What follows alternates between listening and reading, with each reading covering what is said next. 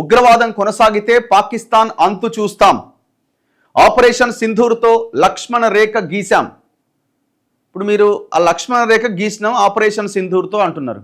మరి ఆ లక్ష్మణ రేఖ దాటి అది మీరు లక్ష్మణ రేఖ అనుకుంటున్నారు. మరి వాడు దాన్ని లక్ష్మణ రేఖ, ఇది నాకు సావు రేఖ అని అనుకుంటున్నాడా? అంటే నేను ఒకవేళ అది దాటితే నేను చస్తా, నా దేశం నాశనం అవుతుందని ఏమైనా ఆ దేశం అనుకుంటుందా, భావిస్తుందా? ఇప్పుడు మనం పహల్గామ్ దాడి తర్వాత మనం చేసిన అటాక్ చాలా అద్భుతంగా ప్రణాళికాబద్ధంగా స్ట్రైట్గా మనం వాడిని కొట్టడం జరిగింది, బాగుంది. కానీ అంతకు ముందు కూడా మనం సర్జికల్ స్ట్రైక్ చేసినాం కదా. అంతకు ముందు బాలాకోట్ లాంటివి లేకపోతే ఇంకొకటి తరహా దాడులు మనం చేసినాం కదా. వాడు ఉగ్రవాదాన్ని పెంచి పోషించినప్పుడు, మన ప్రజల్ని చంపినప్పుడు అటాక్స్ చేసినాం కదా. మరి అప్పుడు వాడు ఎందుకు వినలే? అప్పుడు మనం ఇట్లనే మాట్లాడాం, ఇక సర్జికల్ స్ట్రైక్ జరిగింది, ఇక వానికి బుద్ధి వచ్చింది, అక్కడ ఉగ్రవాదులు చనిపోయారు, ఇక ఏం కాదు అని అనుకున్నాం. అయినా పహల్గామ్ దాడి అత్యంత భయానకంగా జరిగింది, దేశాన్ని ఒక్కసారిగా కుదిపేసింది. భవిష్యత్తులో జరగవన్న గ్యారంటీ ఏంటి? ఏమాత్రం అప్రమత్తంగా లేకపోయినా మళ్ళీ ఇలాంటి దాడులు జరగడం ఖాయం. అసలు మనం మాట్లాడేది ఏంది? ఎప్పటికప్పుడు అప్రమత్తంగా ఉండాల్సిందే. సోషల్ మీడియాలో ఇంకొక చర్చ ఏం జరుగుతున్నది? అరే చేతిదాకా వచ్చిందాన్ని ఎందుకు వదిలేశారు, సడన్గా ఎందుకు కాల్పుల విరమణకి అంగీకరించారు మీరన్న చర్చని కొంతమంది లేవనెత్తుతున్నారు. సరే, అల్టిమేట్గా మన దేశం శాంతి, యుద్ధం వద్దు అన్న ఆలోచనలో ఉంది కాబట్టి ఆ 9 ఉగ్రవాద స్థావరాల మీద, పాకిస్తాన్ ఎయిర్ బేస్ల మీద దాడి తర్వాత ఇంకా వాళ్ళకు బుద్ధి వస్తుంది అని అనుకొని కాల్పుల విరమణకి అంగీకారం తెలిపొచ్చు. కానీ బయట జరుగుతున్న చర్చ, ప్రజలు వినిపిస్తున్న మాట మీద కూడా ఖచ్చితంగా ప్రభుత్వం సమాధానం చెప్పాల్సిందే. ఎందుకు ఈ కాల్పుల విరమణకి మీరు ఈ సీజ్ ఫైర్కి ఒప్పుకున్నారు అన్నది, అండ్ దాంట్లో మధ్యవర్తిగా నేనే ఉన్నా అని ఎవరైతే ట్రంప్ చెప్తున్నాడు, అమెరికా అధ్యక్షుడు, మరి ఆ ట్రంప్ జోక్యం ఉందా లేదా అన్నది కూడా చెప్పాల్సిన అవసరం ఉంది. ఏది ఏమైనా ఇప్పుడు మనం లక్ష్మణ రేఖ అంటున్నాం, వానికి అది లక్ష్మణ రేఖ కింద వాడు భావిస్తున్నాడా లేదా అన్నది ఇక్కడ పాయింట్. ఎందుకంటే మనలాగా వేరే దేశాల్లాగా అక్కడ పొలిటికల్ సిస్టమ్ అంత పవర్ఫుల్గా ఆ దేశ ప్రధానో, ఆ దేశ క్యాబినెటో, లేకపోతే వాళ్ళు తీసుకున్న నిర్ణయాల మీద వాళ్ళే సుప్రీంగా అక్కడ పరిపాలన నడవదు. ఇక్కడ జవాబుదారి ఎవరు? అకౌంటబిలిటీ ఎవరు? ఇక్కడ ఎవరైతే అధికారంలో ఉన్న పార్టీ ఉందో వాళ్ళ అకౌంటబిలిటీ, గవర్నమెంట్ అకౌంటబిలిటీ. కానీ అక్కడ అది కాదు. అక్కడ ఆర్మీ మొత్తం వ్యవహారాలు చూస్తుంది. ఆర్మీకి కోపం వస్తే ప్రభుత్వం కూలిపోతుంది. వేరే వాడిని పెట్టాలనుకుంటే ఆర్మీ వాడిని కూలగొడుతుంది. సో అలాంటి పరిస్థితులు ఉన్న నేపథ్యంలో అది లక్ష్మణ రేఖ అని అనుకుంటాడా? ఇది పెద్ద క్వశ్చన్ మార్కే.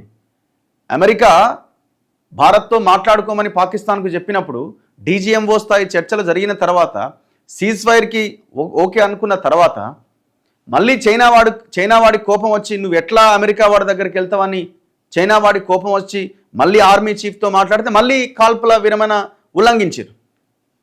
ఇది జరిగింది, మొన్ననే జరిగింది కదా ఇది. సో కాబట్టి వాడు లక్ష్మణ రేఖ అనుకుంటాడని మనం నమ్మలేం. కాబట్టి అప్రమత్తంగా ఉండాల్సిన అవసరం అయితే ఉన్నది. ఇక ఉగ్రదాడులకు జవాబు పక్కాగా ఉంటుంది. మన సైనిక స్థావరాలు ఏమీ చేయలేకపోయారు. భారత్ శాంతి కాముక దేశం. ప్రజలపై దాడి చేస్తే ఎలా స్పందించాలో తెలుసు. ధర్మస్థాపనకు ఆయుధం పట్టడం మన సంప్రదాయం. అదంపూర్ ఎయిర్ బేస్ నుంచి మోదీ స్పష్టీకరణ. అక్కడికి ఆకస్మికంగా వచ్చిన ప్రధానమంత్రి. శాంతి దూత బుద్ధుడితో పాటు శత్రువులపై కత్తుదూసిన గురు గోవింద్ సింగ్ నడయాడిన నేల ఇది. ధర్మస్థాపనకు ఆయుధం పట్టడం భారతీయ సంప్రదాయం. మన సోదరీమణుల నుదుట సింధూరాన్ని తుడిచేస్తే మనం వెళ్ళి ఉగ్రవాదుల్ని మట్టి కరిపించి వచ్చాం. భారత్పై కన్ను వేస్తే పరిణామాలు ఎలా ఉంటాయో ఉగ్రవాద పోషకులకు తెలిసి వచ్చింది. నిన్న అదంపూర్ వైమానిక స్థావరంలో వాయుసేన సిబ్బందితో, ఎయిర్ ఫోర్స్ సిబ్బందితో కలిసి నినాదాలు చేస్తున్న ప్రధానమంత్రి మోదీ.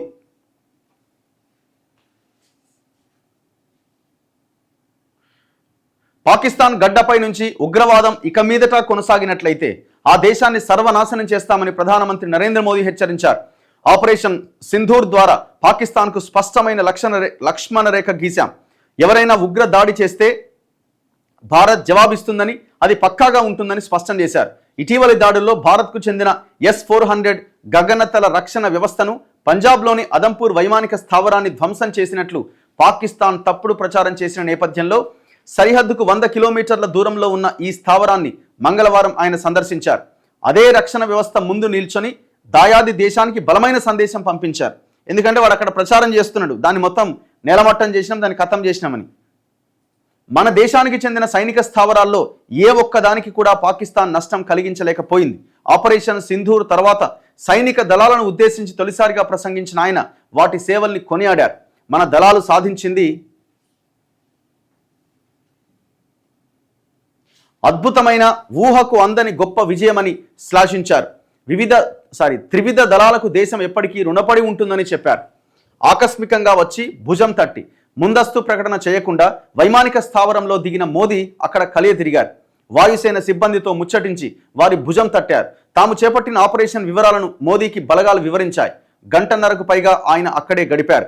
అంతా కలిసి భారత్ మాతాకి జై అని నినాదాలిచ్చారు. త్రిశూలంతో కూడిన పశ్చిమ వాయు స్థావర టోపీని ఆయన ఈ సందర్భంగా ధరించారు. అప్రమత్తంగా ఉండండి, ఇది సరికొత్త భారతదేశం. ఈ దేశం శాంతిని కోరుకుంటోంది. కానీ మన ప్రజలపై దాడి చేస్తే పోరాట క్షేత్రంలో శత్రువును ఎలా మట్టి కనిపించాలో కూడా భారత్కు తెలుసు. ఆపరేషన్ సింధూర్ సాధారణమైంది కాదు. మన విధానం, ఉద్దేశం, నిర్ణయాత్మక సామర్థ్యాల కలయికాది. తమకు పాక్ సైన్యం రక్షణ కల్పిస్తుందని ఉగ్రవాదులు అనుకున్నారు. మన త్రివిధ దళాలు మాత్రం ఉగ్రవాదులకు సురక్షిత ప్రదేశం అనేది లేదని చాటి చెప్పాయి. ముష్కరుల్ని వారి రహస్య స్థావరాల్లోనే అంతమొందిస్తాం, తప్పించుకునే అవకాశమే ఇవ్వం, అమాయకుల్ని చంపితే విధ్వంసం సృష్టించి నాశనం చేస్తామని ప్రకటించారు. సో ఇట్లా ఆయన స్పీచ్ వాళ్ళలో కొంత మనోధైర్యాన్ని, విశ్వాసాన్ని కల్పించేలా కనిపించింది. వారికి ఇక నిద్రలేని రాత్రులే. భారతీయ డ్రోన్లు, క్షిపణుల వేగం, ఖచ్చితత్వాలను చూసి నిర్ఘాంతపోయిన పాకిస్తాన్కు ఇక నిద్రలేని రాత్రులే. ఘర్షణ సమయంలో కూడా పౌర విమానాలను వారు నడిపినా వాటికి ఏమాత్రం హాని కలిగించకుండా శత్రువుల్ని మన సేనలు అంతమొందించాయి. ఉగ్ర స్థావరాలు, వైమానిక స్థావరాలను నాశనం చేయడమే కాకుండా వారి దురుద్దేశాలు, దుస్సాహసాలను ఓడించాం. అదంపూర్ సహా మన ఎయిర్ బేస్లపైన దాడికి పాక్ ఎన్నో ప్రయత్నాలు చేసింది.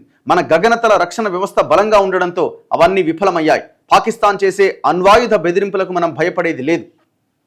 ఎలాంటి కవ్వింపులకు పాల్పడినా దానికి తగ్గ స్థాయిలోనే జవాబు ఉంటుంది.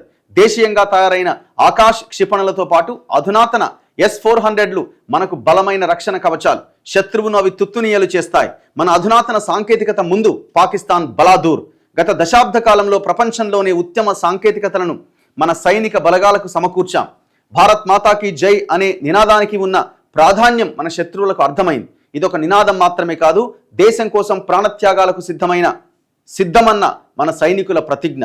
మన డ్రోన్లు, క్షిపణులు వెళ్ళి శత్రువులకు తగలగానే వారికి కూడా ఈ నినాదం వినిపించింది అని చెప్పారు. సో ఇట్లా ఆయన నిన్న స్పీచ్ జరిగింది.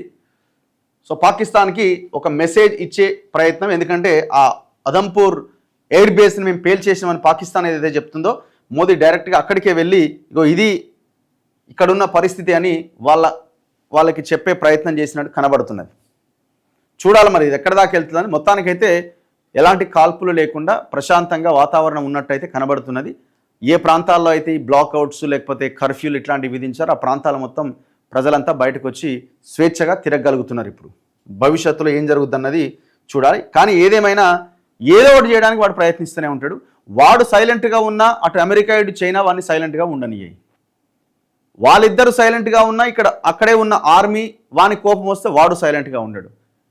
అల్టిమేట్గా భారత్ పాకిస్తాన్ ప్రశాంతంగా ఉంటే అక్కడ ఉన్న ఉగ్రవాదులకు అసలే నచ్చదు. ఎట్లెట్లుంటాయి, ఉండడానికి వీల్లేదు కదా అని చెప్పి వాడు ఏదో ఒకటి గెలుపుతూనే ఉంటాడు.